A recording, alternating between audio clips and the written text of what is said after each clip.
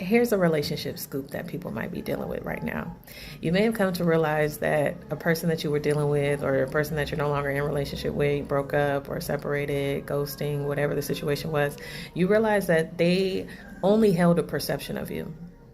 Right? And it was that perception that led to either the betrayal or the neglect of that relationship, or being ignored in that relationship, because they never took the time to actually get to know you. They never wanted a intimate connection or to know you accurately, right? Certain people, they get into relationships with an already preconceived idea of what they want, first of all. And second of all, they get into the relationship with just a perception. They think you're supposed to be a certain way, or they feel like you should be a certain kind of a way, or the way that you display yourself or show yourself or communicate. It's like they have their own standard, basically, of how they want someone to show up, which is a backwards kind of lazy way to develop relationship, because authentic, intimate relationship requires curiosity and interest and investment. So just like you would go to a new city and you want to explore and you want to understand things or find things out, or you go to an art gallery or a museum and you want to explore and you want to, you know what I'm saying? You have this curiosity and this interest. That's what relationship is.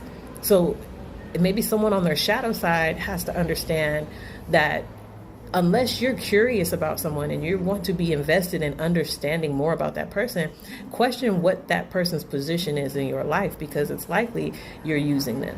And if you're on the other end of that, it's likely a person is using you or taking you for granted, or just using you as a space filler, in terms of they just want to feel wanted and they just want to feel connection, but they don't want the intimacy. They don't want the curiosity. They don't want to actually try to build a life together. They just like the quick interactions and the dopamine hits and the, adrenaline rushes from the thrills of excitement. Like some people have a very immature perspective of what relationship is. But as you grow and as you mature, you want something more solid. You want something that has a foundation. You want something where your values and standards are aligned. You want something where someone's going to be invested in you, and vice versa. And that requires the intimacy of communication, curiosity, and, showing up. And so if you didn't experience that in relationship, this is just me just clarifying that experience, that it didn't have anything to do with you, right? It's people having a perception of you rather than choosing to accurately and personally get to know you, which requires work. And there's a lot of people who don't want to do that.